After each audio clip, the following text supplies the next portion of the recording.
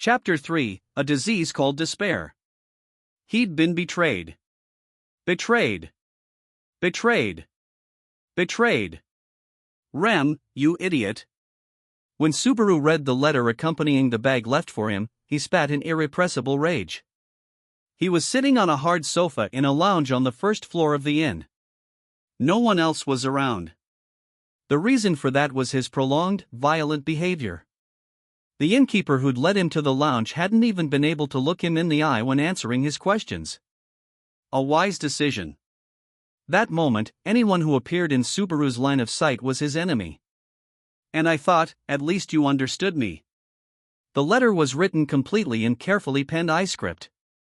Subaru, who was still learning the written language, couldn't read anything except iScript characters. Rem had been considerate in that sense, but in light of her abandonment of him, that only shoved Subaru's heart deeper into darkness. The letter overflowed with concern for Subaru's well-being, but so much sadness filled his head that he had no chance to realize that. He gleaned only one thought from reading the letter. Even you think I'm useless and powerless, Rem, his conversations at the Crush residence, his dialogue with Rem the previous night, and Amelia's lecture in the royal capital came rushing back to him. Words upon words piled on him in their voices, berating Subaru for his helplessness and incompetence. He'd brushed them all aside and seized the perfect opportunity to prove to them Subaru Natsuki's value, or so he had thought. He'd thought that at least Rem believed he was worth something, yet. Yeah, I get it. You're telling me that I'm dead weight, so you're cutting me loose. And if I don't believe you, you want me to look at how much I've been relying on you.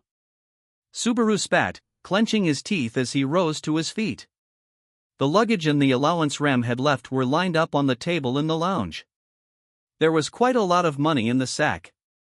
Apparently Roswell had left a small fortune in Rem's hands. With that much money at his disposal, Subaru wouldn't have any trouble with daily necessities for quite some time. He knew that was exactly what Rem had in mind when she left it with him. She underestimated him. Did she really think she could betray his trust, leave him with nothing but money, and expect him to meekly kneel and submit? There was no way he'd do as she pleased. No, Subaru was coming up with all kinds of ways he could use money to break the stalemate. If I hire a dragon carriage and driver, I might be able to get to the mansion. That said, Rem had made careful preparations to trip up any such plans Subaru might have. According to the innkeeper, that village didn't have any establishment that could lend a dragon coach.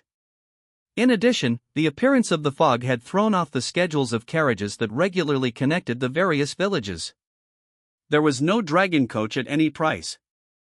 No doubt Rem had begun planning everything out as soon as they'd lodged at that village in the night before.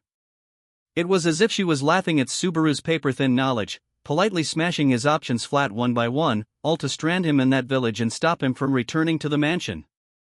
Then I'll just have to hoof it. That's stupid. I don't have a map, and I can't deal with monsters. If bandits or demon beasts appeared, that chapter would be over. He'd seen world maps several times over, but he didn't know the local lay of the land. Wandering around aimlessly would reduce his chances of arriving at the mansion to practically zero. It was all a result of his own ignorance. Subaru's lack of education and strength kept letting him down. He had never anticipated having to deal with bandits and demon beasts to begin with. The fact that he'd never carried even a single sword on him was proof of that. He'd had Wilhelm instruct him in the art, but he could do nothing with that training if he set out empty-handed. Subaru hadn't taken such normal, prudent measures because he was relying on Remington. The price of an overnight stay at an inn was far less than the fare for a dragon carriage. Even if he had a small fortune, his inability to procure something of value made it worthless. It was the cost of his lack of education, which was the direct result of Subaru's letting numerous opportunities to study slip away. Well, I can't help that now. I've got to do what I can with what I have. Subaru himself was the root cause of the stalemate keeping him penned in. His knees bounced in annoyance as he tried to pretend he wasn't well aware of that fact. So no hoofing it. I have to get a dragon carriage. There's gotta be a way. Think. Subaru put a hand to his forehead, desperately reviewing everything he'd seen and heard in that world and everything he'd learned from the people in his original world, trying to come up with a plan. He ran through every memory and shred of knowledge in his head, focusing all his body's resources above his neckline. Then he looked at the possibilities that might exist for breaking out of his cage. This village has no establishment that can lend a dragon carriage. The regularly scheduled carriages aren't available, meaning the village was now occupied by its original residents, travelers who'd arrived by regular carriage, and maybe there's someone who came in on their own dragon carriage, like Rem and I did, who stopped over. If anyone were to enter and leave the village freely, they would have to have their own means of transportation. That very inn had stables for the use of its guests. His thought couldn't be far off the mark. To have a dragon carriage, you'd have to be rich. No, a merchant would be perfect. A merchant who hasn't settled down is either working for someone else or a peddler going around with a horse-drawn wagon. That's just basic. The lantern light of Subaru's extinguished hopes began to flicker once more. To find the right person, Subaru immediately went to the innkeeper and explained. At first, the innkeeper was reluctant, but he introduced several merchants, albeit with a strained expression. But most traveling merchants will be intent on shipping goods to their destination. I don't know if any would be willing to take on someone as a passenger. Well, I'll give it a try anyway. Thank you very much for telling me about them. Thanking the considerate innkeeper, Subaru visited the traveling merchants one by one. But in line with the innkeeper's concerns, negotiations proved very difficult. Just as he had claimed, they had little inclination to alter their travel routes, but the situation was far direr than that. Each and every one responded to Subaru's suggestion the same way, shaking their heads. The Mather's Dominion? Sorry, but I can't go there now, said a very scrawny man as he ended negotiations with Subaru. He stood with his canopied dragon coach as his eyes lingered on Subaru with some sympathy. I hate to say this, but I don't think I'll be the only one saying no. In my case, though, it has to do with the cargo I'm carrying. Cargo? I'm transporting weapons, armor, and other metalwares. Rumor has it prices in the royal capital for this stuff are through the roof, so tomorrow I'm rushing there with my dragon carriage. My profits are on the line. The man patted the cargo in his dragon carriage as he spoke, gazing distantly in the direction of the setting sun. Then, when he saw the slump of Subaru's shoulders, he adjusted the position of his bandana and said, "There are a lot of people who use this as a stopover to the royal capital like I do. That's why this village is pretty well off for its size. So there are merchants who come in 2s and 3s, but they'll probably all turn you down. Yeah. You're the 6th one to say no. That's because every decent merchant is rushing to the royal capital with revenues on the mind. No way around it. After all, there's the uproar over the royal selection. Everyone's caught the scent of gold. So that's how it is, huh?" The man's reply and sober expression made Subaru frown as he surmised the reason for his successive failures, namely, he'd misread the merchants from a business perspective. It wasn't the prospect of a temporary payday that was luring them to the royal capital but the sight of bigger, longer-term profits. For a trader to abandon such plans to accommodate Subaru would be nothing short of madness. The merchant continued. On top of that, there are all kinds of fishy rumors about the Mather's Dominion flying around. Even if you find someone who's not heading to the capital for profit, they probably still won't go. Fishy rumors. Related to the royal selection, by any chance?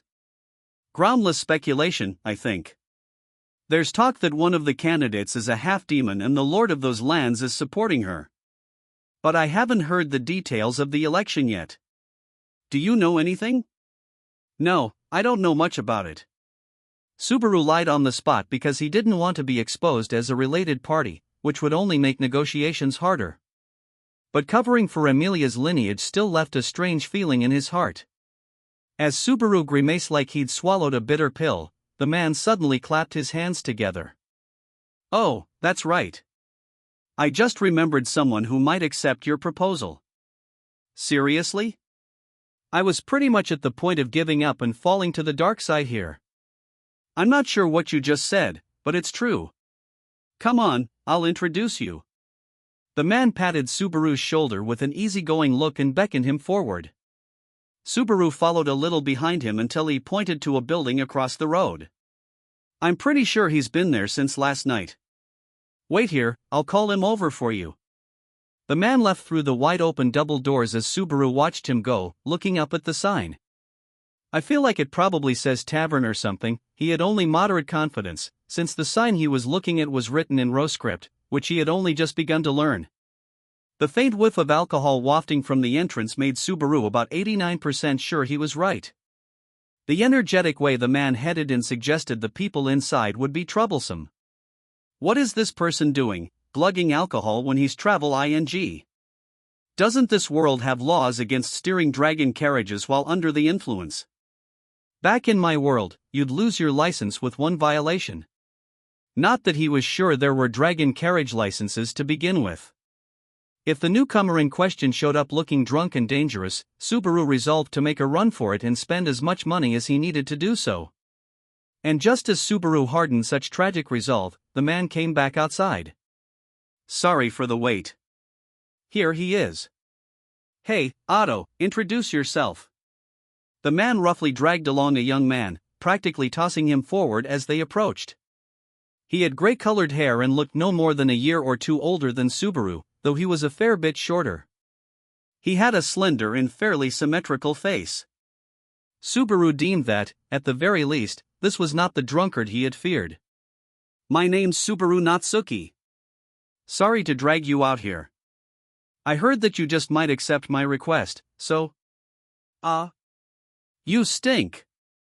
You totally reek of booze. His efforts to get negotiations started on the right foot were immediately short-circuited by the scent of alcohol wafting from the other party. The young man before him glowered sullenly, giving off a stench so strong that Subaru's stomach was on the verge of emptying itself. He might not look scary or dangerous, but he was a tottering drunkard nonetheless. Why hello, Hick. Let me introduce myself. My name, Hick, is Otto, Hick. He hiccuped 3 times during his brief greeting. His face red from drunkenness, the young man named Otto looked between Subaru and the other man. So what is it that I wanted? Business? Was it business, Hick? My business is, Hick, Hick.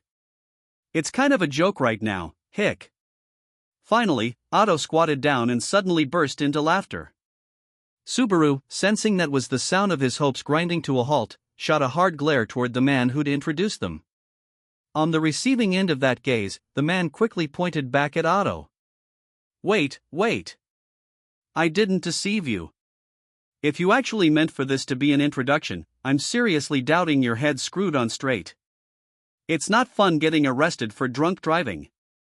A student would get sent to the principal just for being in this state. Subaru had salivated at the prospect of finding a solution, and yet the man introduced to him was a drunkard. The man sighed at Subaru's words and roughly shook the squatting Otto's shoulders. Otto. Hey, get up, damn you. You're the one who told me to introduce you to anyone who could turn your situation around. What, you're going to let booze ruin it all? A way to turn things around? Otto's ears quivered, while his eyes, dead until that point, completely changed. With the support of the man's hand, he rose to his feet, as if his drunken state had never been. I have been most impolite. My name is Otto Suwon. I am a humble independent merchant, making his way in life as a traveling peddler. Otto faced Subaru and assumed an expression so crisp one could almost hear the snap to attention. While Subaru was speechless at the instant turnaround, Otto examined him from head to toe. I see. It seems that he has a certain degree of status. He certainly has the makings of a good customer. Mr. Keaty, thank you very much for introducing us. Sure thing. You'll be all right from here out, yes? I'll get going, then. Don't forget to keep your chin up. And you owe me one, Otto. Otto had brightened to the point one would doubt he'd ever been in his drinks, so Mr. Keaty patted his chest with relief and departed.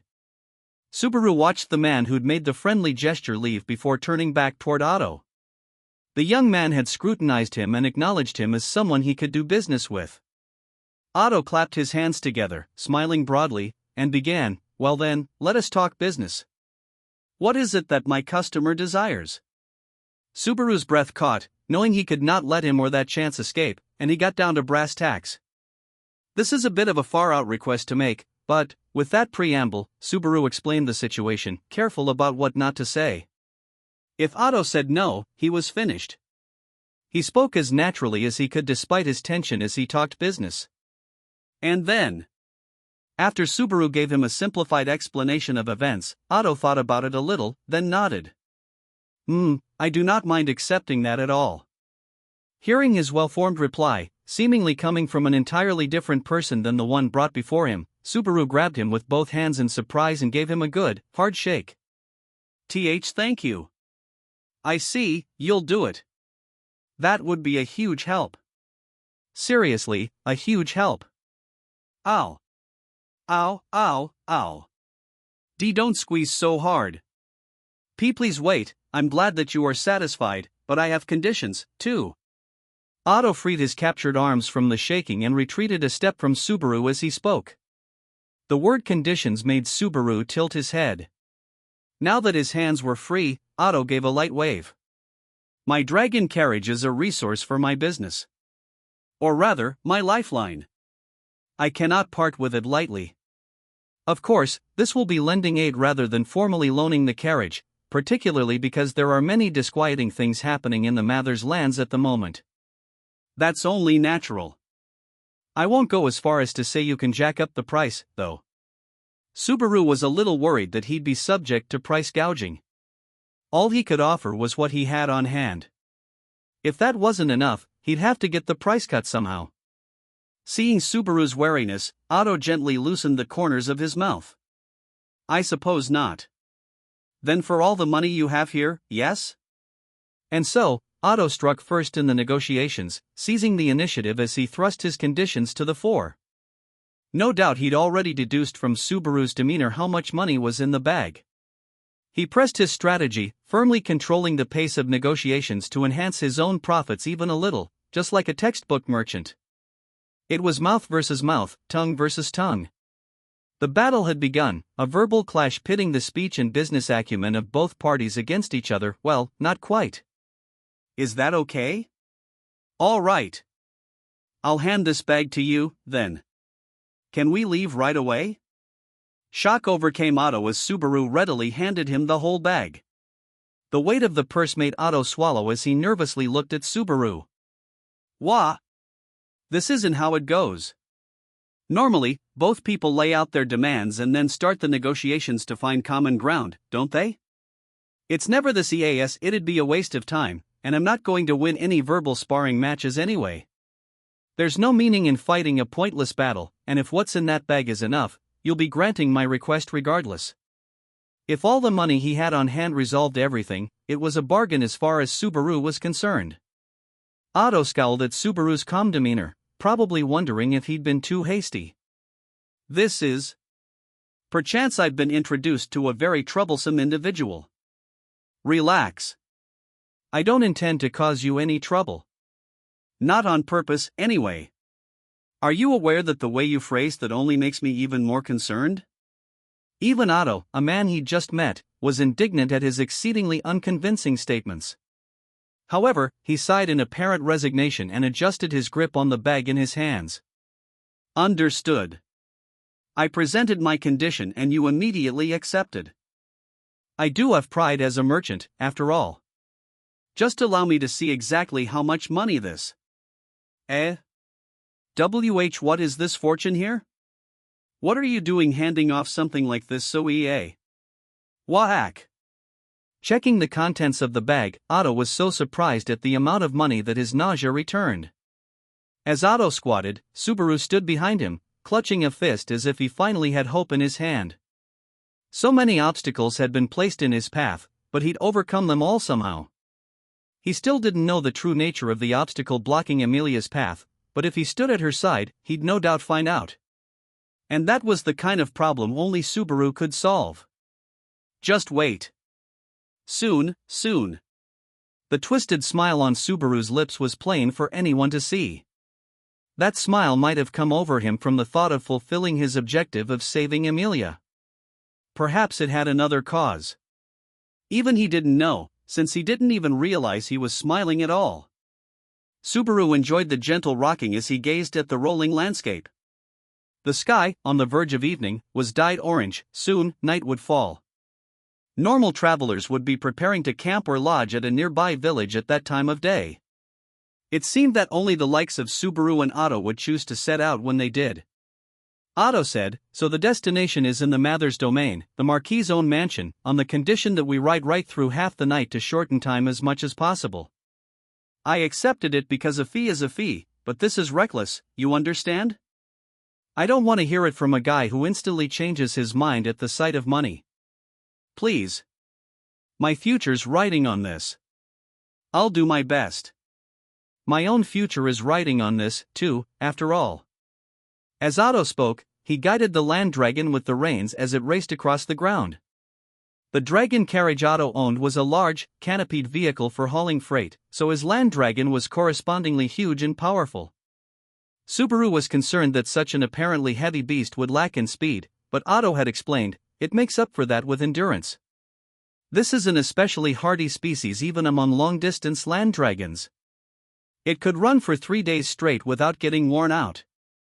You'd think running for 3 days straight would wear out the people riding it instead. 2 years ago, I had to do that to not let a particular business opportunity slip. Humans can go through a lot if they're ready to risk death to achieve it. Having said that, I keeled over just after trade negotiations were over, and I hovered between life and death for about a week afterward, like you're ready to risk death, huh?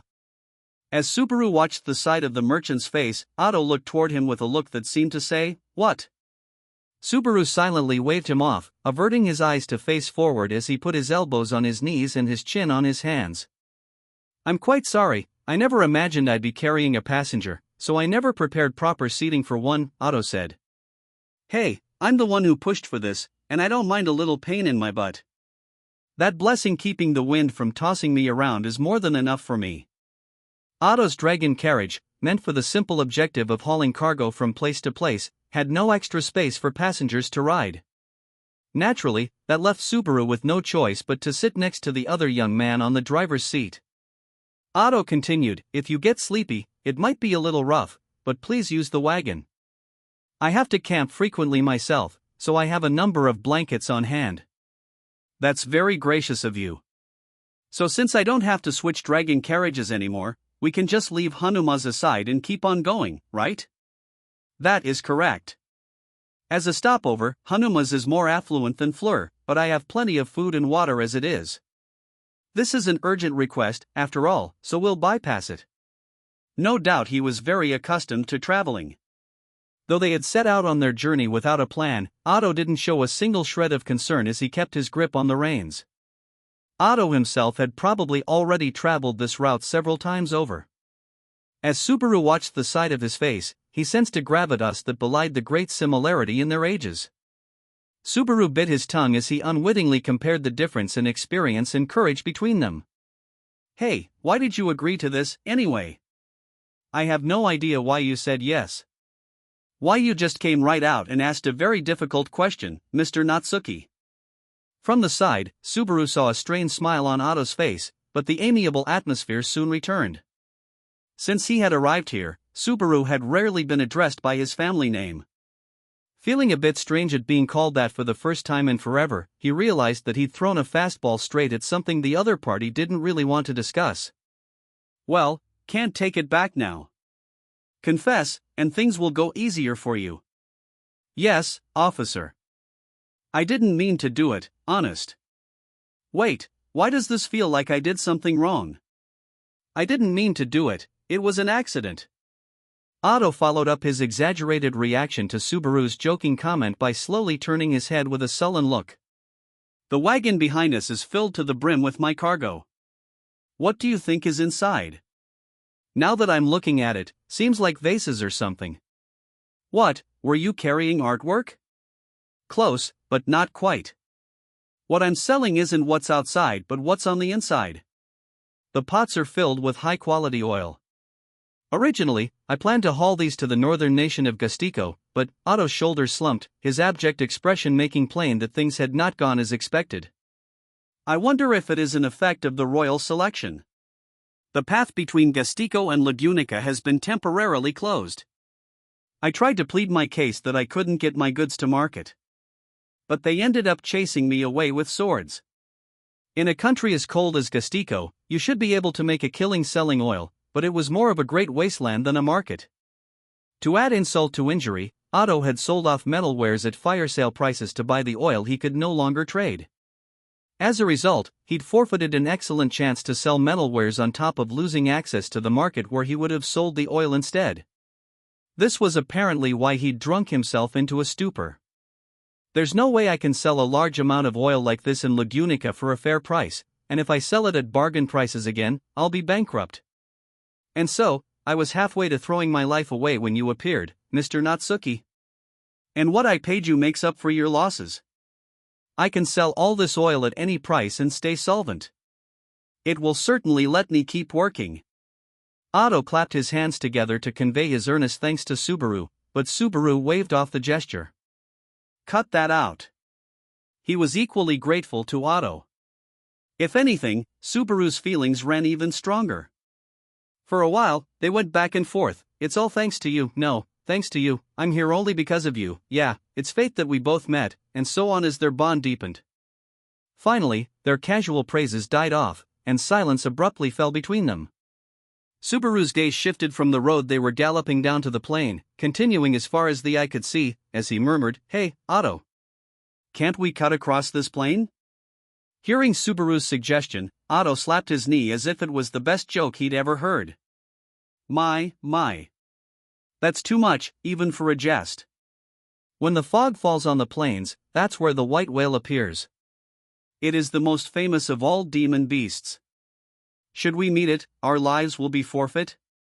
It's that dangerous? No one tries to put it down? No, because by avoiding the fog, you can also bypass the white whale, so the damage is minimal. I imagine that is the real reason why it persists to this day. In other words, people had tried to subdue the beast and failed, with the damage sustained in the process discouraging further expeditions. Complicated thoughts enveloped Subaru when he heard the words demon beasts. To him, a demon beast meant in Yorogaram, like those he had encountered fairly recently, the same creatures that had gravely injured Subaru and perished at Roswell's hands. He had something of a history with them. Subaru mused aloud, white whale, huh? So it's shaped like a whale and white-colored, then? According to witnesses, at least. Apparently it is so enormous that no one has ever seen its full size, and those people were tossing anything and everything aside as they fled for their lives while it rampaged. A frightening story, Otto concluded. He shut his mouth and would say nothing more. For a merchant like him, the white whale was no doubt an odious being indeed, since its loitering on these plains for days on end would throw travel schedules into great disarray. Though he would be grateful if someone got rid of it, he had no intention of encountering it himself. Perhaps Otto's point of view was common to all merchants. Subaru changed the subject. So how long is it going to take to get to the Mather's Dominion at this pace? Let's see. Though night is coming, my land dragon has excellent night vision, and there's no sign of any fog. Plus, I imagine there are no bandits willing to risk their lives by working near the plains right now, so, if things go well, tomorrow morning perhaps? After providing that answer, Otto glanced over at Subaru, who raised his eyebrows in response. Otto quickly played innocent, averting his eyes and going, nothing. He soon continued, though. Our destination is the mansion of Marquis Roswell, isn't it? Yeah, that's right. The small fortune you paid me. Those clothes must be expensive. This is just between us, but who are you, Mr. Natsuki? Are you involved with the Marquis somehow? Subaru understood why Otto harbored such misgivings to the point of meekly raising his doubts. From the merchant's point of view, Subaru's identity was a complete mystery, and yet he'd pushed a small fortune into his hands and proposed they rush to the mansion at a time when the rumors swirling around the place were uniformly bad. That's right. I'm involved with Roswell, the Marquis. You might have heard some strange rumors, but I don't know what's true or false yet. And I already told you, I don't intend to cause you any no. I'm not worried about that at all. It's just, that. According to rumor, the good Marquis is famous for his eccentric interests. I was wondering if it is true. If what is true? Subaru inferred from Otto's equivocation what he wished to ask. Even so, he concealed the hardness of his voice as best he could while prompting Otto to carry on. If the good Marquis really is backing a young half-elf lady. Figures, thought Subaru, the inside of his chest sinking in dismay. The anxiety in Otto's voice made it clear that he was nervous to learn the truth. Emilia's birth was about to be slandered again. Subaru spoke quickly to head off his prejudice. Even if I told you no, you'd find out for yourself soon enough. It's true. The candidate the Marquis is supporting is a half-elf. But that girl's nothing like you all think she is. That so? I'm so relieved. However, Otto's reaction was not the one Subaru expected. The merchant lowered his brows and put a hand to his chest in apparent relief. Realizing that Subaru was gaping at him in shock, he smiled awkwardly, visibly embarrassed. I'm sorry, getting worked up all by myself here. I mean, when I heard those rumors. She seemed an odd person to champion. Emilia, you mean? Lady Emilia is her name? Yes, well, you know. A half-elf would have had a hard life until now in various ways. For someone to rise from an unpleasant background and stand as a royal candidate. Yes, it's very impressive. Otto's eyes were distant as he watched the road, his voice quivering faintly. Listening to the merchant's reply, Subaru realized it had thrown him completely off guard. Complex emotions thrashed around in his chest, leaving him unsure of what to say. Otto, unaware of the chaos in Subaru's heart, rubbed his nose with a finger as he said, "These might be small concerns compared to those of someone like Lady Emilia, but I know what it's like to be misunderstood." An odd point of sympathy, perhaps. I think becoming king will be very difficult, but if she tries hard, maybe. Well, I just wanted to ask. Otto cut things off there, since going any further would require him to speak more about himself. Once again, Subaru found himself unable to say a word to Otto. He folded his arms and continued looking downward. Normally, Otto's words would have helped Subaru so much that he'd come right out and thank him. Emilia had irrational obstacles blocking her path. However, even in a world filled with such problems, it didn't mean that everyone hated her. Some people in that world, like Otto, would cheer for her when they learned about her background. To Emilia, that fact had to be the greatest silver lining of all. It had to be, and yet. For some reason, Subaru was unable either to communicate his gratitude to Otto or to keep down the incomprehensible aching in his own chest as the dragon carriage continued to sway. Mr. Natsuki. Please wake up. We are finally entering the Mather's dominion. Subaru, curled up under a blanket in the wagon, opened his eyes as Otto called his name. He hadn't been able to sleep much. His head was still hazy when he poked it out of the curtain, and he was greeted by the rays of the morning sun, a line of mountains, and hope. The sun had risen once again, pouring sunrays down among the mountains and making Subaru squint. In the half-day and change that they had spent in their overnight journey, Subaru had arrived back at the Mather's dominion. Good job, Otto. Working like a horse while I was asleep like that. Can you not say that as if I have no professionalism here? More importantly, there is a village named Erlem near Marquis Mathers's mansion, yes? Otto had a map spread across his lap, glaring at it and the road ahead as he asked the question. His eyes were a little bloodshot from the all-nighter, but fortunately, he didn't seem worn out from it. It's my second all-nighter in a row with some spirits in me in between, but I feel great. If we head straight forward, we'll reach the mansion after all. Phew, ha. Are you really all right? You didn't take some weird drug to forget about being tired or something? Do not be concerned.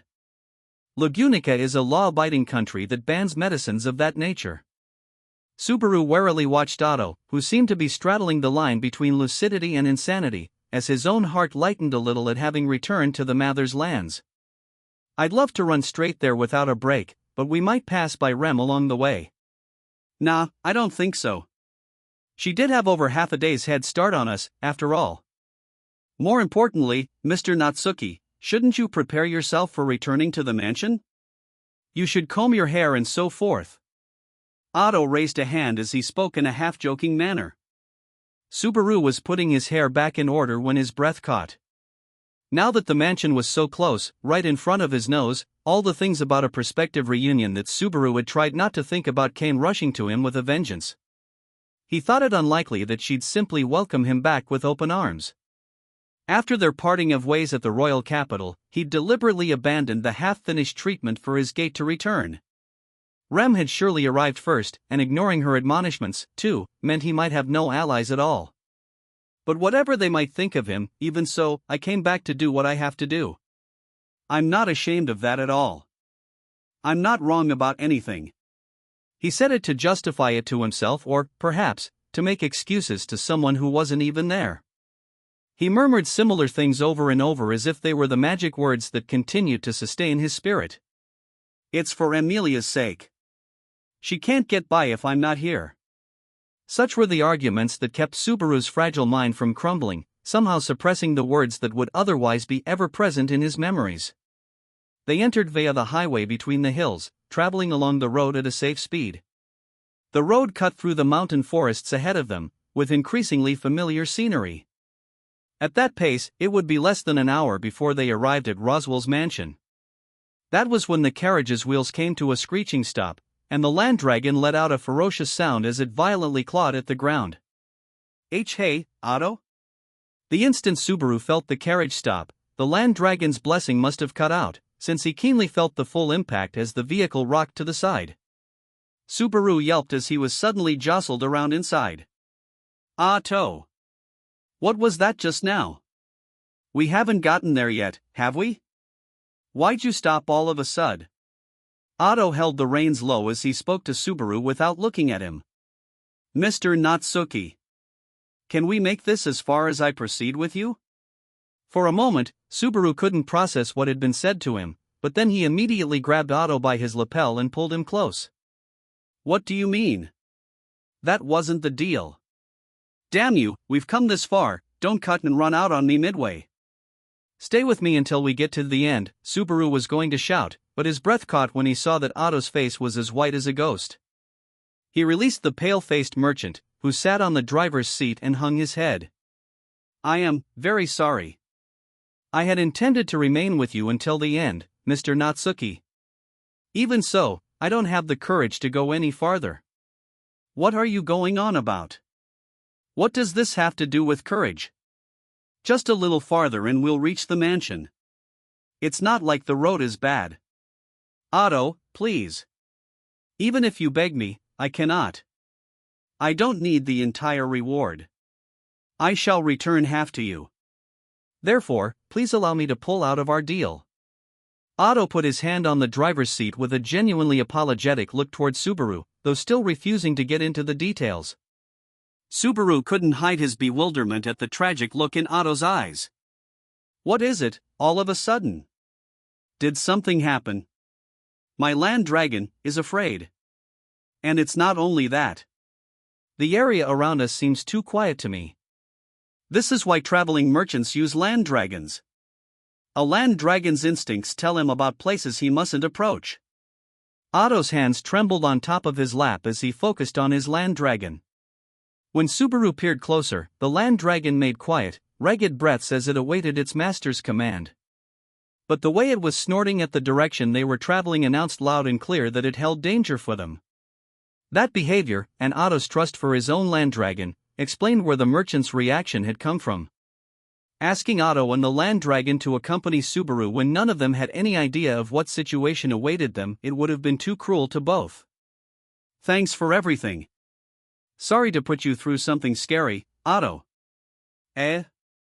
Subaru heard a surprised voice behind him as he hopped off the driver's seat down to the ground. The land dragon beside him looked back up at Otto, moving a foot around as it silently pled its case. I'll head to the mansion on foot from here. Hey, I've come this far, it's practically right in front of me. You've brought me far enough. Take all the money and go. I cannot do such a... No, more importantly, Mr. Natsuki. You mustn't go. Come back with me. Fog is approaching this place right now. The white whale's gonna show up? To a traveling merchant, this is a black omen. When fog covers our destination, it is a matter of life and death for us. No, that doesn't matter here. Anyway, please reconsi, sorry. Subaru wore a pained smile after Otto shouted his concern for him. He was far too much of a softy for the cutthroat, deceptive world of the merchant. He pondered the benevolent Otto's suitability for his chosen trade as he walked away from the dragon carriage. Just like you're weighing your life and money on your scales, I'm weighing my life and something I value just as much. Something worth that much to me is waiting just ahead. Mr. Natsuki, please wait. Let's discuss this. We can talk it over. I don't blame you at all for turning back. I mean, if you know there's danger, turning back is the right call. Knowing beforehand is enough for me. Now Subaru knew that the road ahead, as well as his destination, held enough danger to make even a land dragon afraid. But he had to hurry. He had to run forward. The chance for Subaru to find the answer he sought surely awaited him there. Mr. Natsuki. Thank you. Otto's voice held concern for Subaru until the very end. Leaving him behind, Subaru rushed full tilt down the tree-lined highway. He headed for his destination, casting aside the man who had guided him without trying to overcharge. The sight seemed almost familiar to him, but it was only a resemblance. Just how far did he have to go before arriving at Roswell's mansion? One way or another, running down the road would lead him there. With the danger loud and clear and his destination right before his eyes, Subaru's emotions ran wild inside him. At any rate, he wanted to get there without a moment to lose. If he did, the painful, lingering emotions inside him would come to a head. He'd settle this, whether it turned out how he wanted it to be or not. The hell? Subaru was running without a care, or rather, while suppressing his innumerable worldly worries when he came to a halt. It wasn't because he'd arrived at his destination. The scenery remained unchanged, and it seemed to stretch on so much that he had to wonder just how far the highway continued, with the thick trees on both sides seeming to block all escape. He was out of breath, but he had yet to run out of endurance. Why, then, had Subaru stopped? That was because it's too quiet, isn't it?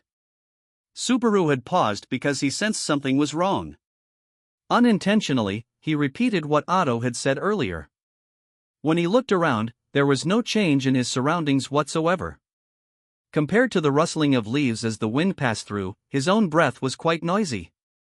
But that was all he heard. And to Subaru, who'd spent nearly 2 months in these lands, it felt wrong. The oppressive silence, without even the sounds of insects, was abnormal. And then, something suddenly appeared, slipping neatly into Subaru's consciousness. What? He recoiled a step, his throat tightening from shock. Without a sound, a person had appeared in front of him. Furthermore, the figure's entire body was shrouded in black clothing, with something like a hood on, so that even the face of this complete stranger was concealed. Furthermore, that wasn't all that shocked him. This guy. No, these guys. One after another, black figures emerged all around Subaru, as if they were responding to his confusion and his shifting gaze. In the blink of an eye, they numbered more than 10, surrounding Subaru as if mocking his efforts at caution. Particularly abnormal was the insane quiet that continued even after the shadowy group's appearance. They continued to watch Subaru in silence. He didn't even hear any of them breathe. There was no way they were friendly. That said, they hadn't shown any hostility either. The eerie figures left him tongue-tied, unable to even move a muscle. How did they stare at each other like that? Feeling the pressure, Subaru felt like time was moving incredibly slowly. Then, that turbulent silence crumbled just as easily as it had begun. All at once, the figures faced Subaru and reverently bowed their heads to him. Ah! Subaru's brain was unable to process the scene before him. The incomprehensible band that had emerged was paying Subaru respect for reasons unknown, and leaving him behind in his confusion, they began sliding out of sight. The wordless scene before Subaru's eyes left him more dumbfounded than anything. Rather than do something to the frozen boy, the figures departed with silent footsteps. It was probably the silence of their footsteps that had allowed them to slip through Subaru's mental blind spot. But though he understood that much, he knew absolutely nothing else about them. Subaru tossed aside any attempt to comprehend the figures, suppressing the worry churning around inside him as he continued to run.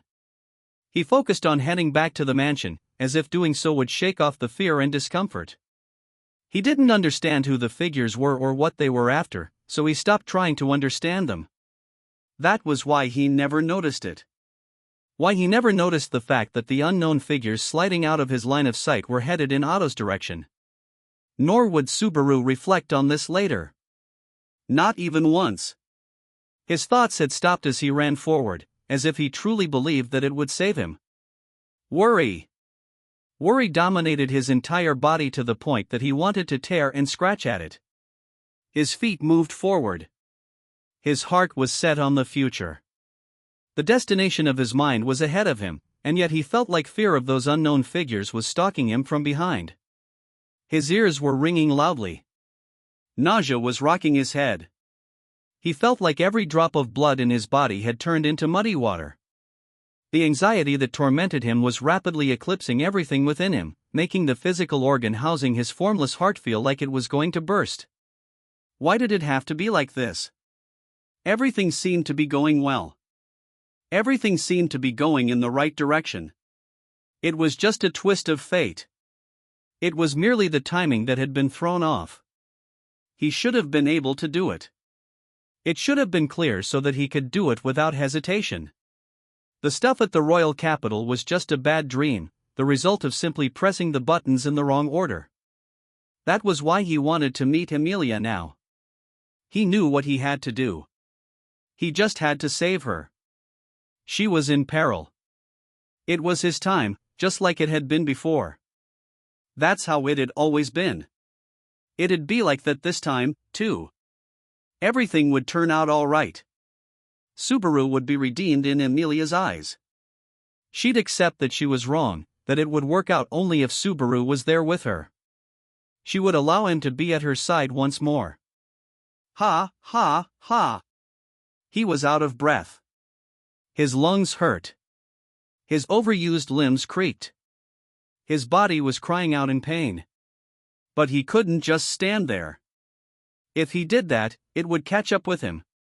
Something irrational was chasing him from behind. Shit. Shit, shit. Shit. He wanted to meet Emilia. He wanted her to smile at him. He wanted Rem to be nice to him. He wanted to stroke her head. He missed and adored Beatrice's insults and Ram's put-downs. Roswell's eccentricities and pucks making the world revolve around him put Subaru's heart at ease. He wished he'd never left. He'd headed to the royal capital, but the time he'd spent there, and the royal capital itself, was the root of all evil. Reinhard. Felt. Old man Rom Ferris. Wilhelm. Julius. Anastasia. Al, Priscilla. The Council of Elders. The Knights. One after another they rose up in the back of his mind, all of them objects of hatred at that moment. Curse you. Suffer and die painfully. If it weren't for them, Subaru would have never lost sight of himself. If he'd reconciled with Emilia, returning to live his days in peace, he would have obtained perfect happiness. All of it had slipped out of his hands. That was why he was there to pick it all back up. Just a bit farther, and I'll be back there. His lungs burned with agony. Subaru averted his eyes from the regrets forming cracks in his heart as he ran.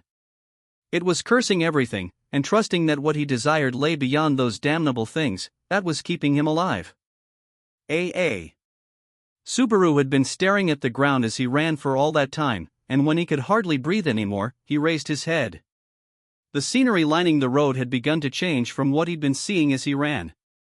The gaps between the trees were widening, and the natural traces of human labor appeared among them. When he caught sight of the rising slope of a familiar hill, a raspy voice of joy left Subaru's mouth. He could see white smoke rising above the tree line coming from the other side of the smoke. Maybe it was from cooking, or maybe it was from boiling hot bathwater, but either way, steam was rising, produced by human hands. The village. On the other side of that hill was Earlham village, the one closest to the mansion. WHEW. Until that point, only the faces of the people at the mansion had graced the back of his mind, but now he imagined the villagers he had so dearly missed. They included the very pushy children and the astoundingly unguarded adults. These were the good people who had welcomed the trivial things Subaru had brought into this world without laughing them off as absurdities.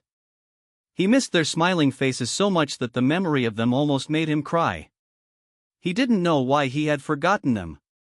It was living proof that Subaru had been in this world. He had saved them. They might have been wiped out had it not been for him. It was Subaru's feat. Was there any other result of his actions he could take that much pride in? With the pillar that supported him right before him, Subaru's steps quickened. The dissipating white smoke nearly vanished in the wind. Subaru pressed on, as if fearful of that very thing. Someone was there. People who knew Subaru, people who knew his worth, they were definitely there. That moment, it was enough. He wanted proof that someone cared for him, that someone had affection for him. He ran. He sprinted up the hill. When he neared the crest of the slope, he could finally see the source of the white smoke. Subaru climbed up to the peak, using his sleeve to wipe off the sweat trickling down his brow, and cheerfully looked at the village. And then, the nightmare finally caught him. When Subaru ran to the village entrance, his gaze shifted around to find the first citizen he could. That was when he frowned, sensing something was wrong. The moment his legs stopped, the accumulated stress on his heart and lungs crashed down upon him. He gasped for breath over and over, coughing up spit, and strived to let his body recover as his eyes searched the area. At first glance, he thought that nothing odd had occurred in the village. The air that morning was very fresh, enough to snap a sleepy person awake.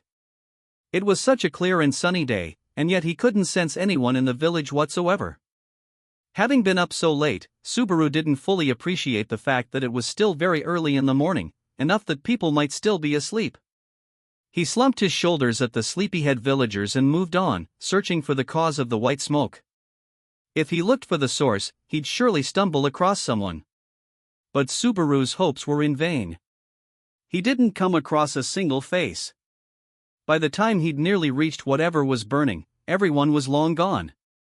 What had once been a fire was still faintly smoldering, causing the smoke, but he couldn't sense anyone's presence.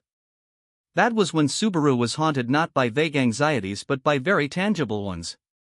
For reasons unrelated to fatigue, his breathing and heartbeat quickened. With his body reacting to that panic, Subaru banged on the door of a nearby house. There was no response. When he rushed in, it was an empty shell. No one was home.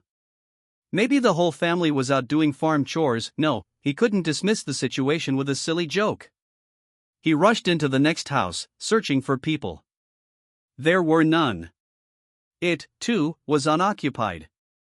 An amorphous chill came over him. Subaru, realizing that it greatly resembled what he'd felt when he met the figures in the forest, almost lost himself as he desperately kept searching for a human presence. He shouted enough for his voice to go hoarse, pounding on house after house, not caring that it was splitting his fingernails. The result was nothing but silence. Subaru, all alone in the world, collapsed to the ground, powerless. No matter how often he might encounter them, he couldn't get accustomed to these incomprehensible situations. Naturally, the same went for senseless developments that he did understand. Forsaken by all, prospects grim, all avenues of escape cut off. This was always Subaru Natsuki's future. Having lost count of how many sighs he'd made, Subaru made one more as he decided that further searching was meaningless. No matter how many times he looked around the village, he wouldn't find anyone. There was no one left. Subaru rose up, brushed off his butt, and tried not to slip on the muddy ground as he stepped forward. Though there was no trace of rain having fallen, there was mud everywhere. He'd lost his footing and tumbled several times over when he'd been running around the place. So Subaru avoided the mud, bypassed anything that might cause him to trip, and headed to the center of the village, the direction of the white smoke. The fire that had caused the smoke was already out. The smoldering remnants were nearly extinguished. Subaru gently lowered his gaze, looking absent-mindedly at the remains. There was nothing odd to see, save for the charred corpse of the old man from which the white smoke was rising. Subaru scratched his head, averting his mind from the sight as he walked toward the village exit. If there was no one inside the settlement, there was no point staying there. He had to hurry to the mansion. He stepped around the carelessly strewn corpse of a young man, walking carefully so as not to slip on the bloody mud. He gave the bodies of the young couple, piled on each other, a wide berth, passing right beside the old woman lying face up as he entered the village square. Subaru searched for any signs of life among the numerous dead therein, seeking any salvation, anyone who might call his name. But his hope went unfulfilled, for inactivity was all that remained. Too many detours. He hadn't fulfilled his original intention, and this was the result. He'd taken too much time, and futility was his reward. Everything in that place was in vain. There was nothing there that wasn't, Subaru included. Abandoning everything as futile, he dragged his feet in a daze as he crossed the village square. As he did so, his foot abruptly caught on something, sending the half-aware boy tumbling forward. Groaning from the pain of landing on his shoulder, Subaru reflexively glared at what had snagged his foot. And so, he met Petra's empty, unseeing eyes. He couldn't escape. Subaru cried and screamed until his trembling voice went hoarse, a flood of tears pouring down as he wrapped his arms around Petra's remains, cast aside on the ground. Warmth had long faded from the girl's body. Rigor mortis had set in. The body of an unconscious person ought to have been heavy, but even considering Petra's youth, her body was far too light. That was probably because of all the blood that had flowed out of the gaping wound in her chest. Petra had died with her eyes open and an expression of surprise. The only comfort to be found was that the absence of pain or suffering on her face meant that she'd died instantly when her heart was impaled. After all, there was no reason for her to die with a gaping hole in her chest and then suffer in agony on top of that. Subaru laid Petra's corpse upon the ground and covered her with his track jacket, the only funeral he could provide her. He tried to close her eyes, but with her body already stiff, he couldn't grant her even that small mercy. Praying that Petra would rest in peace, Subaru trembled as he turned his back to her. He continued to avert his eyes from the hellish scene the familiar village had become. The cause of the white smoke was Moriosa's charred body. The young men had no doubt fought with the swords they had. There were weapons and farm implements scattered about, with the blood of the slain villagers drenching the bare earth around them. Death had befallen the village. It had all been over long before Subaru arrived. Far too late, Subaru was now the only person to bear witness to the results of the tragedy befalling that place. He offered up both his hands, as if pleading for someone, anyone to take them. What happened? What had happened? What terrible, horrible thing had occurred? Who had violated the village in a merciless slaughter of its innocent denizens, trampling upon their dignity even in death? No one still breathed. Not a single person was left alive. A memory of days long forgotten arose in the form of a carefree voice. "Oh, Master Subaru. Good morning to you. Here to play with the children again?" He remembered the brash, noisy, fond, and very pushy voices of the young children. Subaru's here. Subaru came. Subaru's all alone. One girl had pretensions of adulthood as she made a cheeky promise about the future. "Yeah, Subaru's the one who saved my life, so when I'm bigger, I'm going to return the favor." He couldn't see her face anymore. His track jacket now covered it. No one was left. His memories had been trampled underfoot, shredded, discarded, lost. It wasn't sinking in. Liquid was pouring from every cavity in his face. Whether it was tears, snot, or drool, he had lost the will to hold it back as it continued to sully his face. AAA. Then, as Subaru wallowed disgracefully, practically drowning in tears, he came to grasp something far too late. He finally understood the obvious. There was no reason for the senseless tragedy to have stopped at the village's edge. A chill worse than any that had come before shot through Subaru's entire body. Since Subaru had fallen into that world, he had overcome mortal crises several times over.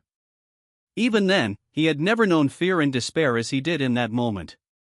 The despair that, somewhere beyond his reach, the people precious to him had been taken away. His teeth chattered to their very roots. His eyes, painful from too much crying, could see little, but he raised his limited field of vision to the sky. The clear blue ether seemed innocent in the face of the tragedy beneath it. And under that sky, the mansion awaited. That place he'd wanted so much to return to, that he'd yearned for, the place practically right before his eyes, was now too frightening to contemplate. But whatever had turned the village into hell surely hadn't overlooked the mansion. He was scared. He couldn't help but be scared. He didn't want to think of the possibility that this something had torn through the mansion. He was afraid that if he thought it, let alone spoke it aloud, that would make it real. He shook his head, casting off the fearful images. But though Subaru tried to drive them to the back of his mind, one of them obstinately held on, whispering in Subaru's ear, refusing to be forgotten. That was why Subaru clung to it, the lowest means for him to escape. If he could voice even the possibility, the chance that something had happened to her, then. Rem, where are you? It was the name of the girl who ought to have arrived before him, the girl who had cared for him, who had cuddled with him, who had affirmed him, and who had betrayed him in the end. Subaru instinctively knew what it meant to call her name. And knowing this, Subaru had chosen to do it anyway. In the name of worrying about Rem's safety, he was fooling his heart with the most sordid of means. If Rem came back, she'd never sit back after that happened to the village. Excuses. It was another excuse, spoken in a place where he stood alone, and it didn't even fool him. He was the worst. He was the lowest of the low. He didn't want to understand, but he did. If he could voice the possibility that he'd lost the girl he cared for and the possibility his own heart could break, then why not offer up a sacrifice so that he wouldn't have to?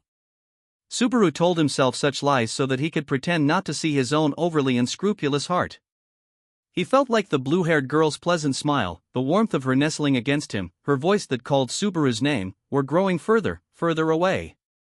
That's right. Rem can. Rem, Subaru began listlessly tottering along the road to the mansion.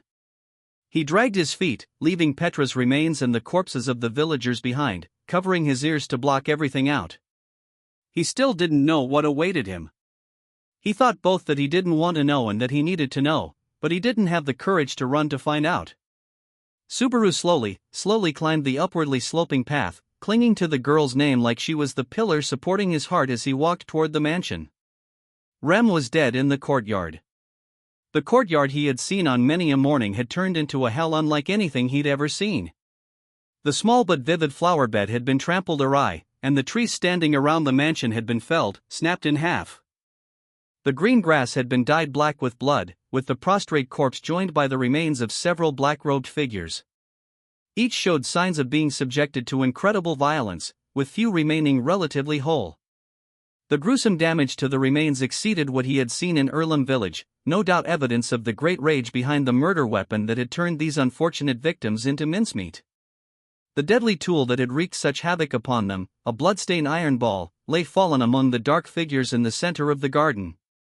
The metal orb, linked to a handle via a chain, had smashed apart a number of foes, but in the midst of battle, its mistress had somehow relinquished her grip. It seemed to regret having been unable to fight alongside her to the very end. And as for the demon who he presumed had wielded it one-handed in ferocious battle, Remington, she was long gone from that place. In a corner of the courtyard, a short distance removed from the iron weapon, was Rem, her servant's uniform dyed crimson red.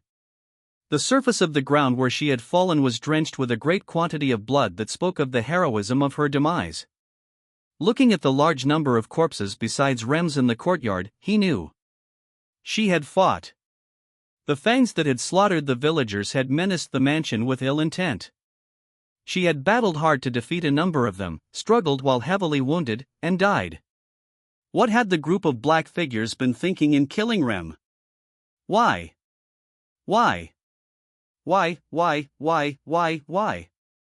What did they know about her?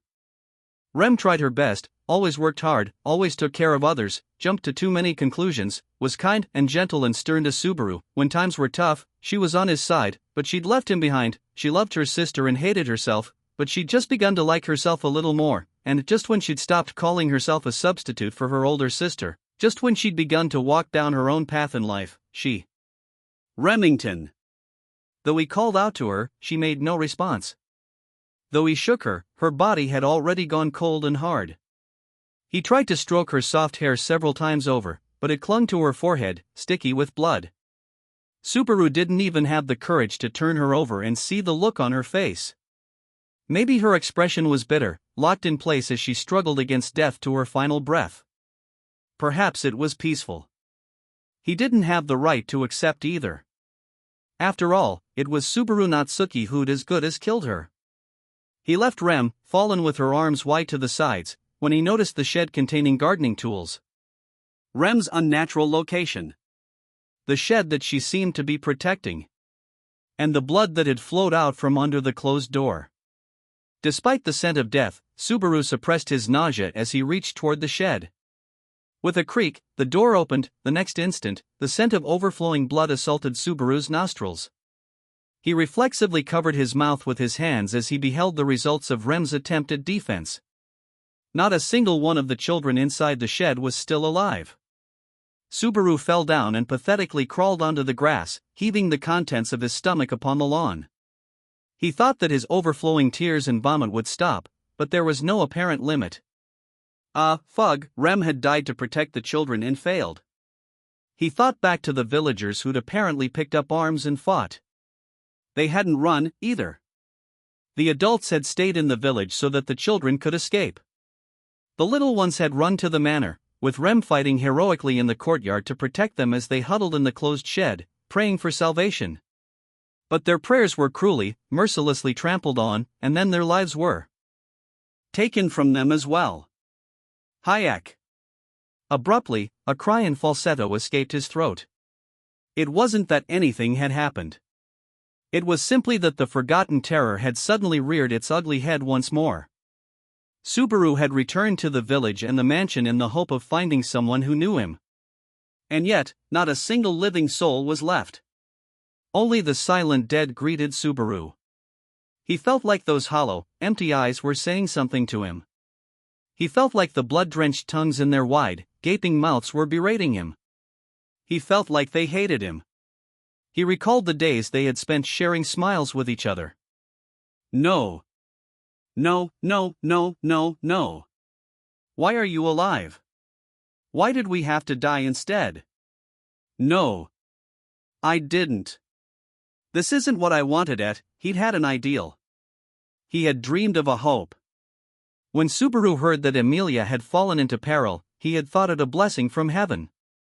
Since she had lost all faith in him, he believed this was his chance to get back into her good graces. He believed he would save her from peril as he had done before. She would thank him, and they'd put their meager differences behind them to walk side by side, hand in hand. He had disparaged the suffering, the danger, the tragedy that had occurred as nothing more than a means to that end. He had taken it lightly, believing he could fix anything, no matter what happened. And if the cost of that was a vast number of dead bodies, it's not my fault. I didn't. Subaru shook his head, rose to his feet, averted his eyes from the shed, turned his back on Rem's corpse, and ran toward the mansion. He cut through the courtyard, kicking in a window on the terrace and climbing through to intrude into the mansion. The dimly lit manor seemed to treat Subaru like an outsider as the soles of his shoes crushed fragments of glass. He began to run around the building, clinging obsessively to the search for another living soul. Someone, anyone, just as when he had run from the village. No, even baser hopes continued flowing from him. It's not my fault. It's not my fault. It's not my fault. I didn't want this to happen. So it's not my fault.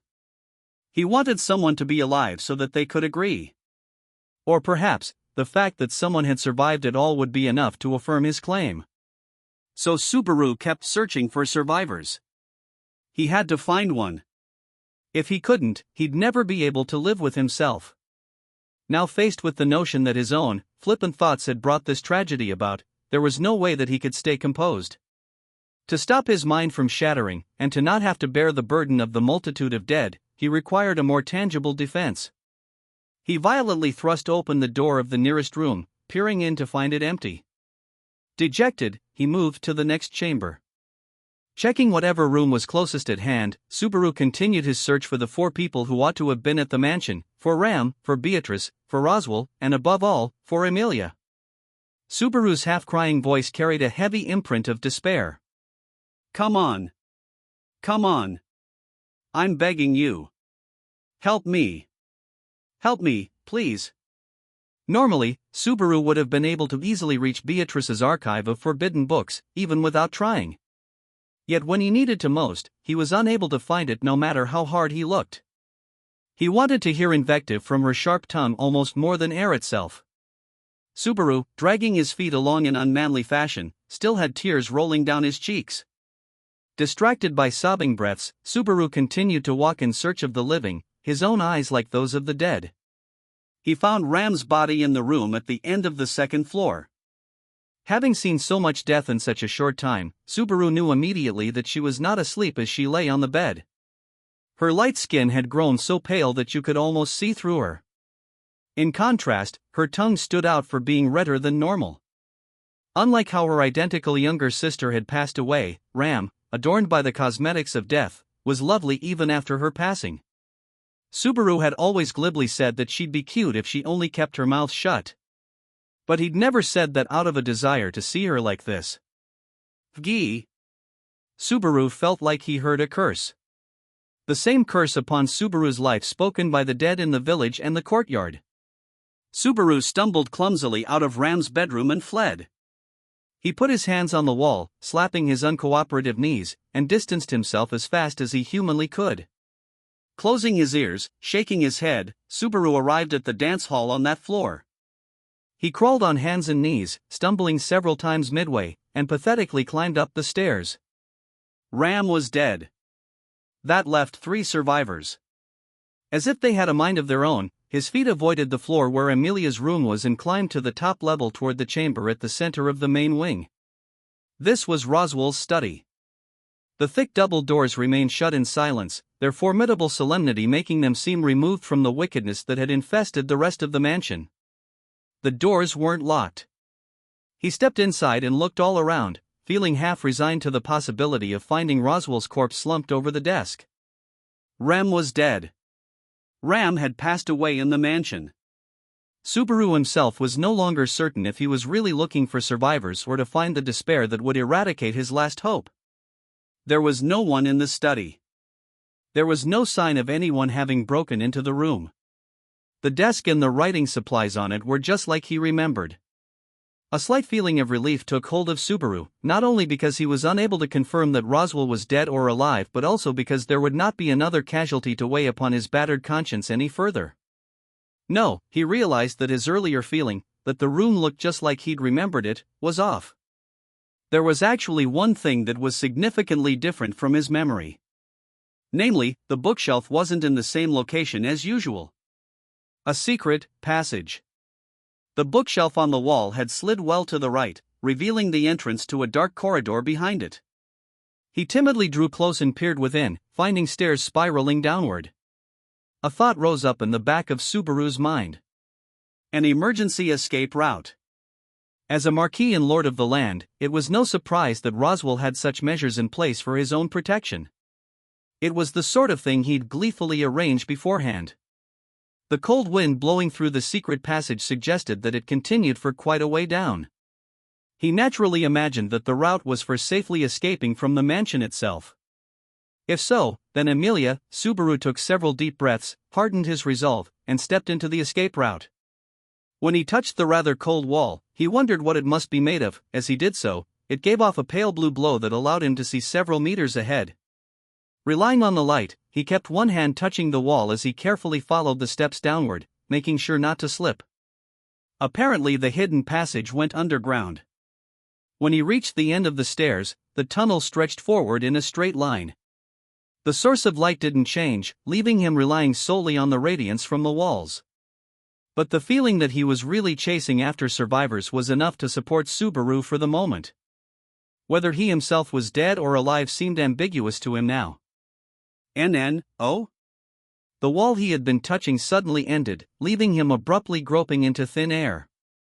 Subaru unwittingly flailed forward and was greeted by a hall in the middle of the passage. Really, it was more the size of a lounge than a hall.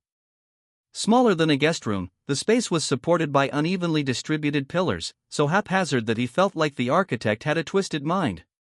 Slipping past the annoying supports, Subaru sluggishly advanced.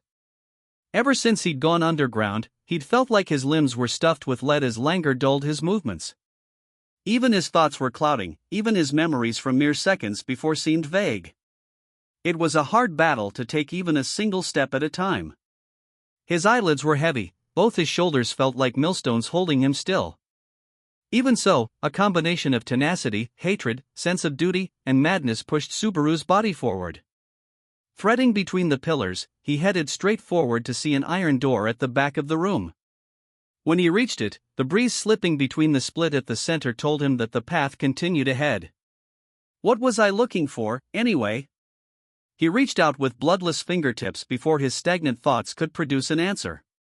Subaru opened and shut his mouth as he breathed hard, grasping the door for no reason other than his sense of responsibility. Agawa! Screaming in fierce pain, Subaru shook his right arm as if trying to tear it off. Touching the doorknob had left his entire hand in scalding pain. Subaru anticipated further agony as he lowered his eyes onto his right hand. He saw that it was missing its index finger. Ha! Dumbfounded and astounded, Subaru lifted his hand before his eyes and spread it out. Now colored white, with cracked skin, it was missing its index finger from the knuckle. The middle finger and thumb were also missing their tips. Slowly, his gaze returned to the door. Subaru's finger was stuck to the door where he'd grabbed it. More precisely, it had ripped his finger right off. Gotta get it back on, quick. With only that incoherent thought in his head, Subaru reached out once more to take back the finger he'd lost. But lethargy afflicted his body even more than before. His thoughts reached his shoulder and elbow but not any further than that. Impatient that his arm would not move, Subaru tried to step toward the door, but the instant he did, his right foot shattered from the ankle down. AAA. Subaru fell on his side, his voice trickling out of his throat though he was unable to form words. He didn't know if he was screaming out of pain or in a futile struggle to live. The instant he drew in breath to scream more, white frost filled the inside of his chest, and he could move no more. His lungs convulsed. In a single moment, his ability to breathe came to an end. He made short, shallow gasps, but his lungs could not expand nor take in oxygen anymore.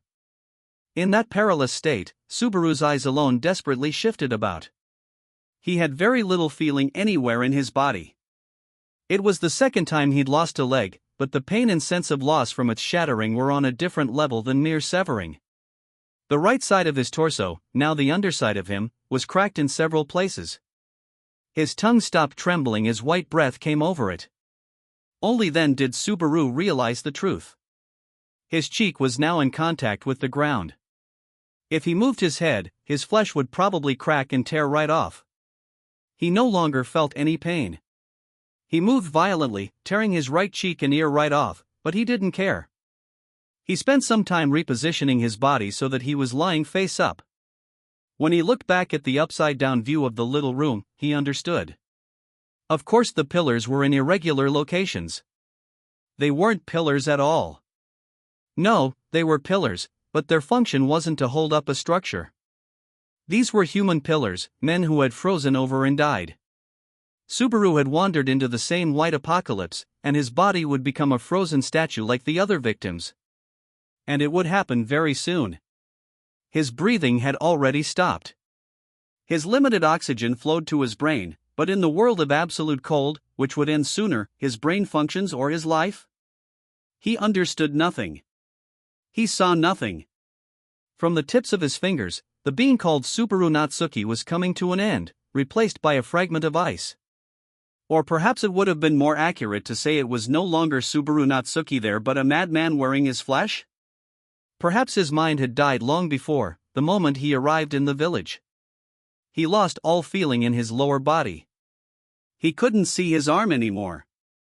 It was strange that his brain was functioning at all. Where did one's life reside? The brain or the heart? There was no way that he would find the answer in that freezing world. In the realm ruled by nothing but white, there was a frigid murmur. You are far too late. And then, Subaru Natsuki shattered into tiny pieces, into white crystals, and vanished from the world.